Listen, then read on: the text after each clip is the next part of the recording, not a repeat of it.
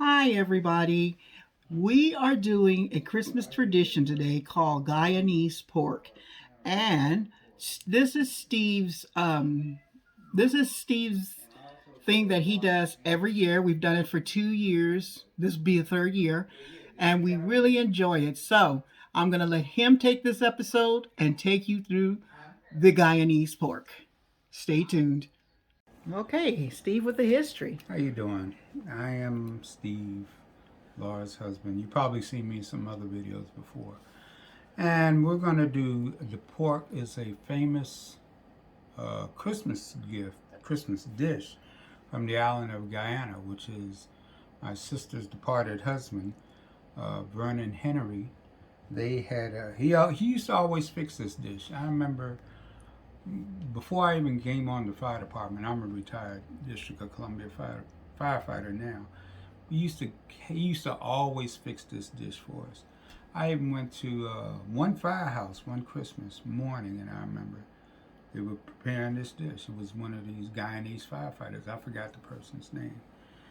Anyway, it's an old dish. It's something that's been in my family. Not that we cooked it, but when my sister married to her husband for a long time. And like I said, it's from the island of Guyana. And those of you who do not know where Guyana is, it's north of Venezuela. It's one of the most southernmost parts of the Caribbean islands. And it was settled, I believe, by the Dutch. I could be wrong. Now, Vernon, my brother-in-law, he had 4 daughters, really. He had the 2 of them still prepare garlic pork, and they live up north of us in Baltimore. The other one, Jody, she lives, I didn't say their name, Ashley and Chelsea, and Lauren. Those are the 3 that live in the Baltimore area. Chelsea lives in Southern Maryland, and I'm sorry, Jody lives in Southern Maryland. She also prepares this dish. So if you are married to a Guyanese woman, Christmas morning, you are going to have a good treat. So the ingredients are fresh garlic. It should be fresh thyme, but seeing how we don't have any, but a good substitute is basil too. And you don't really want it fresh. You want it chopped up a little bit of dried. Also what I had a little bit of parsley, peppers, which we're going to use pepper flakes. You can use vinegar, preferably the white vinegar is what they use mostly. And to prepare this dish, salt. You can use regular Morton salt. Let me see. I'm not saying Morton salt, but any type of salt like that. A dash of sugar, and that's it. What you do is the minimum should be 4 days before Christmas morning. So that puts it at what, December 20, what is that, December 21st? 22nd, you should prepare this date. So we're actually going under that date. So we have 3 days. All right, let me get started. Oh, another thing. On the other videos, sometimes you might see me with this hand right here. I'm like I said, retired firefighter. And I've been through a lot. And I think it's a result of me getting 1, blown out of a building, 2, falling through a burning roof, 3, getting a burning piece of furniture landing on my head. So if you see me do this, it's probably a result of my job. Okay, let's get started. Number 1, you want to get fresh garlic here, or you can use bottled garlic, not garlic powder, not garlic salt like a lot of people claim. They say, oh, let me use garlic salt. No, don't use that. Preferably fresh garlic, or if you're going to use garlic in a jar with the juices. It's cut up fresh garlic, and you can still use that as a good substitute. So what I do, I take the sharp end of the knife and just hit it hard like this. Then I can do all of them. And then I just cut it a little bit. I'm not the best cutter in the world. My wife, who is filming this, is. And it doesn't have to be chopped finely.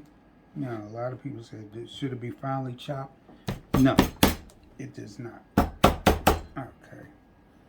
And oh, let me show you this. My wife had actually took the time out to get regular pork. What kind of pork is this? Just regular, like a pork roast, pork loin. Yeah. And don't trim it too much because you're going to utilize the fat of this later on. So that's been chopped. Oh, the most important ingredient, I forgot, is a sterilized jar with a seal. Almost, it should have a hiss in it. The reason being is that this dish you do not have to refrigerate it because it's a brine. You can keep the brine out. The vinegar and the salt will help keep it, will help preserve it. We refrigerate ours because that's what we do. We just refrigerate it. But in the island of Guyana, a lot of places do not have refrigeration. At least the past generations didn't. So therefore is why they put it in this heavily salted and vinegar dish to help preserve it and the heat, because it is quite warm there, prior to having refrigeration. So therefore it's garlic pork. Let's get back to it. Okay. So about how many cloves of garlic are you chopping up there? I'm chopping around 6 cloves of garlic. Let's get this right. A clove is a clove is like this, correct? Yes. Yes. I get the whole tube or the whole whatever you call it. It's The whole little, yes. the whole flower of the garlic. Okay. That's what I'm gonna call it. So it's best to chop it up, and this releases a lot of the intense flavor of garlics, which I'm sure my wife is from California. They have a famous garlic festival in Gilroy, California. Some of the best garlic in the world is grown there, even though we have pretty good local garlic too. But that is renowned. That's world-renowned garlic in Gilroy, California. Okay, let's get back to this. Chop it up. Smash it down first to release the flavor, and chop it up. It could be chopped in. There's no uniformity in chopping this. You just get it chopped, and it's good to know which ones you have worked on and which ones you haven't. So you can set this aside once this has been chopped. These have already been smashed, and you don't have to. I mean, it's good to cut the head of the garlic or the little the stem of it that's grown, but you don't even have to get rid of that. This is nothing more than. I mean, you're going to keep some of this, but this is for the flavor of it. This and the peppers and the vinegar itself. Like So I said. I have a question. Mm-hmm. So the vinegar is basically used to 2 things. Oh, go ahead. to keep it from spoiling, or It's a the preservative. preservative, Right. and for flavor. Back even during the Roman times, they utilized vinegar. And vinegar was not only made from apples, it was made from various other fruits. You had grape vinegar, you had pomegranate vinegar, and you had pomegranate vinegar.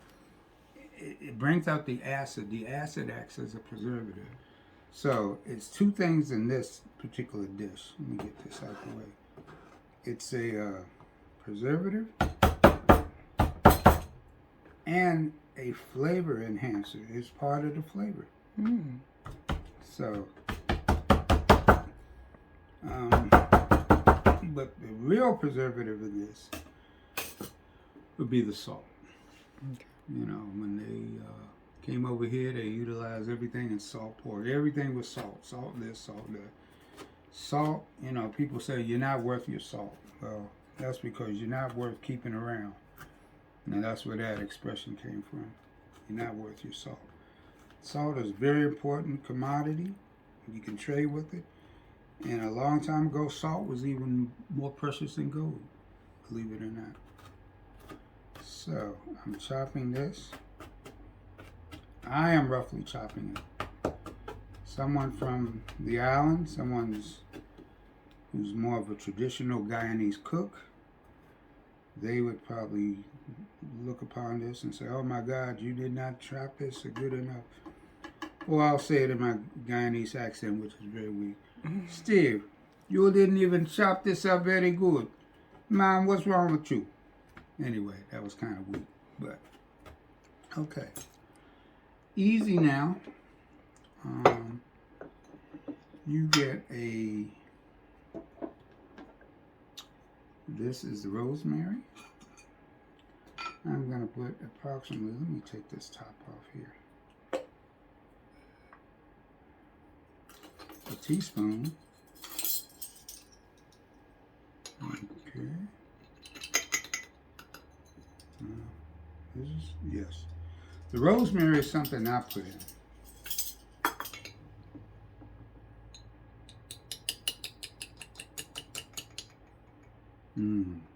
Rosemary, how would you describe rosemary, the smell of it? I don't know. It's really good. They make rosemary bread, rosemary. Now, don't we have a rosemary bush growing outside? Isn't that rosemary? We had a sage bush. No. I said, oh, yes, she's right. We did have a rosemary. Yeah, it's still growing out there, as a matter of fact. Out in our backyard, as the people in Great Britain call it, their garden. Not a backyard, but the garden. Okay. This is a good substitute for thyme. I mean, it's not the best. It's dried basil. Also utilize maybe, let me see, trying to get this right. Teaspoon. You can just dump a little bit more if you want. Okay. And what brand are you using? I'm using Watkins brand, my dear. Let us push Watkins brand sometimes. The best kind. It is a very good. You know what? I will admit, it is a very, very good kind. Seems like a lot of the Watkins product is, I don't know. It's fresher. The crushed red pepper. Normally, the Guyanese and a lot of Caribbeans, they use what is called Scotch bonnet, which is a much hotter pepper than this. And there was else something, I forgot the name of it. It was Scotch bonnet and something else. Very hot. But we're just using regular crushed red pepper, which has this red pepper, crushed red pepper. Right. Okay. So do you put that in with the seasonings? You can, yeah. This is a matter of taste. Taste and how hot you want it. Now, I try not to pour it in. I'm just going to, try not to shake it in. I'm going to pour it in. Okay. A little bit of sugar, which a lot of people say sugar. Well, sugar is essential. It's the great neutralizer. It is a great neutralizer, and it's essential for a lot of dishes. I'm just going to put a half a teaspoon of sugar in there. Yeah. And that is it. Now comes one of the main ingredients, the salt, the preservative. I'm not advertising Morton salt, it's just the one we had here. We also have Italian sea salt, but I found out to be weaker. You want a more intense salt. So what I'm going to use with this is a tablespoon of salt, if not more. 1.5. I'll say about 1.5 tablespoons of that. One ingredient I did not get. Okay. And it calls for 1 tablespoon. I'm going to cheat. 1.5 tablespoons of just ordinary fresh water. One more thing I have to get.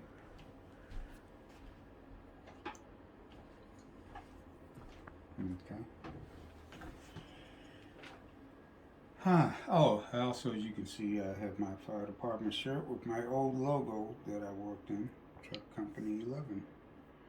Alright, so I'm making a mess here. But you know what? There's a sign of a good cook is when it's messy. You never want to, you don't ever trust a neat cook. Just generally they don't know what they're doing. Okay. You take the pork, okay, you stir this up. That garlic smells delicious. It does. So how much vinegar are you adding? Vinegar is it's dependent on the amount of pork that you put in here. You want enough to cover it. Oh, okay. So there's no real measurement of vinegar. So do you don't put the pork in first? No. Okay. Because what you have to do, see, I'm just doing this a little bit. Oh, to the spices off the bottom. To stir it up. Oh, okay. Just give it a little stir. Oh yeah, you can see the spices in there floating. This you have alternative ways. You can utilize white wine, add to it to impart a different flavor to it, but I'm not. I'm making traditional garlic pork. Also, what I'm doing differently is, if I'm pushing anything, it's 365, which is Whole Foods organic wine. I'm also utilizing red wine too. So that's red wine vinegar, right? Red wine vinegar, yes, I'm sorry. Red Apple. raw apple vinegar, not Okay. wine. So you want to push this in there. No, that smells good. And you probably want a little bit more salt. You don't want to over salt it. Okay.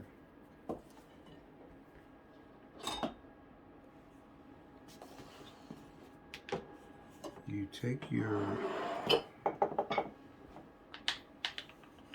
and what I'm going to do, I have a question really quick. yes, At what point do you add the garlic? that you add prior to the pork, and I'm glad you did you cut me off? No.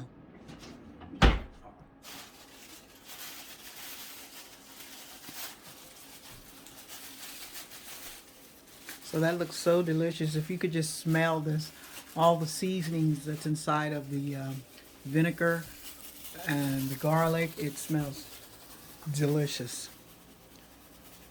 So, Okay. he's getting ready to put the pork into the jar. I've washed my hands. Like I said, cleanliness. There's a lot of viruses going around, so you want to be as clean as possible. Even if it might be just for your family, but you just never know. Okay, what it is, you put them in layers. Here's some of the garlic.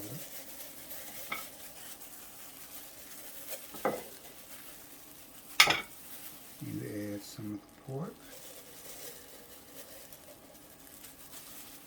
And make sure you keep, like I said, a lot of the fatty part of the pork too.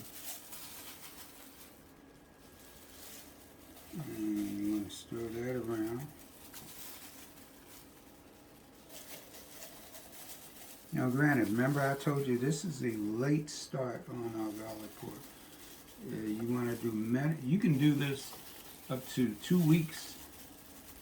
And I recommend if you do it for 2 weeks, you do refrigerate it. Okay. Mm-hmm. You add more garlic.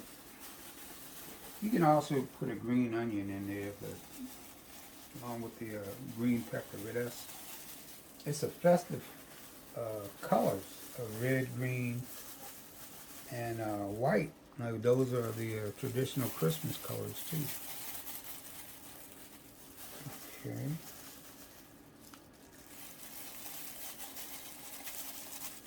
But I think the parsley or the basil now is a good substitute. I'm not going to put that. That fell on the table. You could wash it. Yeah, but I'm going to put this aside.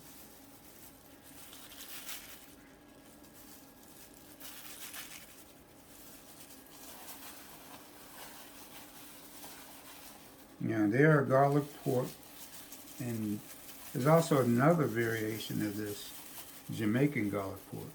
You want to do this stir it up. Make sure the flavor is all getting through every piece of this garlic pork.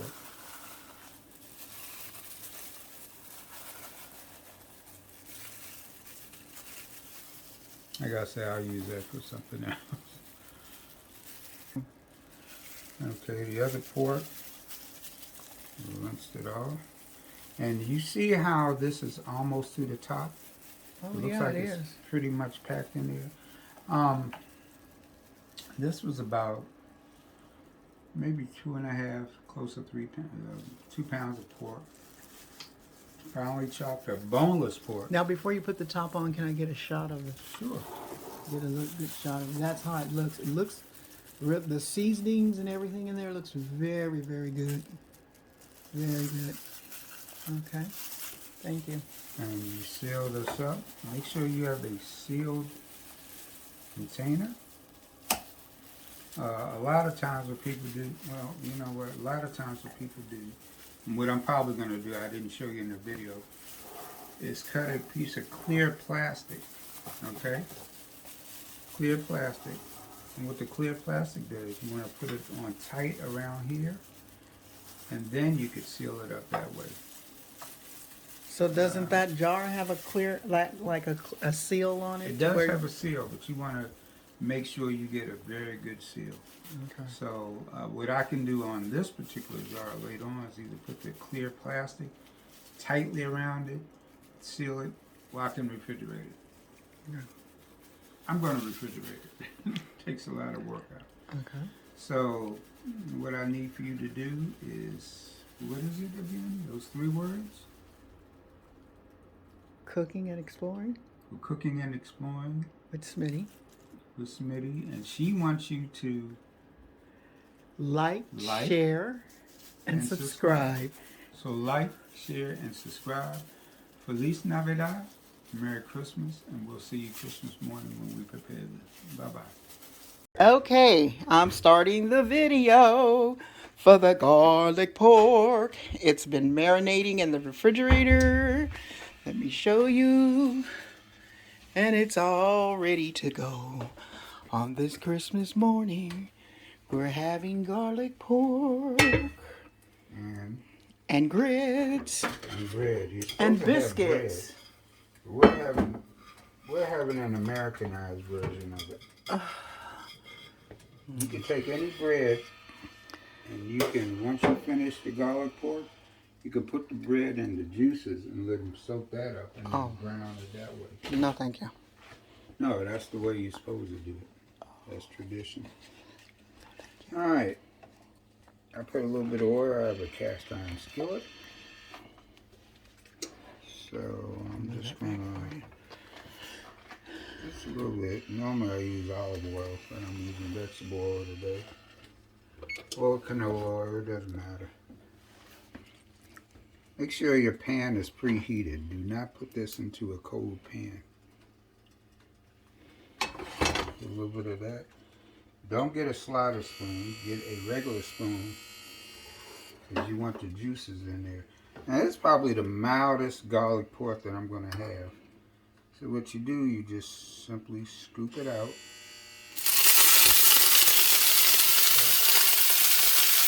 You don't want to overwhelm the pan. You don't want to cook it in layers. You cook everything flat. You get the juice in there. So you're going to put everything flat in that. Right. You don't want to overcrowd it. Oh, okay. And you want some juice. You want it to cook in the juice too.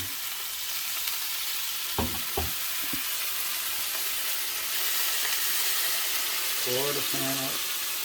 So we're going to, you know you're going to need room. So put this on a medium heat, I would say medium to high heat, so it'll fry up good. Okay. I had this down a little bit low. So we'll come back when it starts to cook. Right, when it starts to... Okay, we're back. Hello, Merry Christmas again. What I'm doing is you can see the garlic browning. I'm turning it down some. You gotta keep it a little spindly. So that's the vinegar. What you want to do, you want to turn it until it gets brown. on a certain side. You want to keep all the peppers and garlic, everything, the leaves, put everything in here and brown it along with it.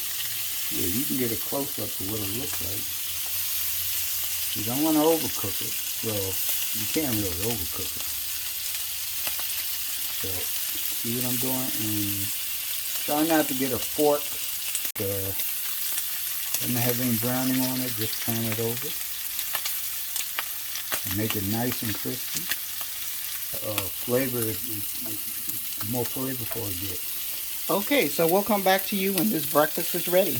Okay, so this is our breakfast, our Christmas breakfast. And we've got grits, and we have garlic pork with egg, biscuit, and we have apple juice. Apple cider. Homemade apple cider. Right. Thank you. So what I'm going to do is let Steve do the test Okay. of the garlic pork and tell us what it tastes like. This is about the right consistency, and I'm going to get a fatty piece. You know what? It has just enough, what do you call it? Acidity to it. It's good. Let me show you a better picture. Kill it.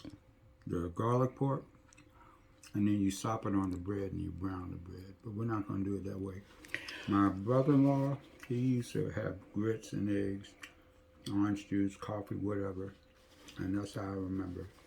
Alrighty, thank you so much. And this has been the video for garlic pork. And Merry Christmas. Merry Christmas, and give it a try. You will definitely love it. Thank you. Like, share, and subscribe.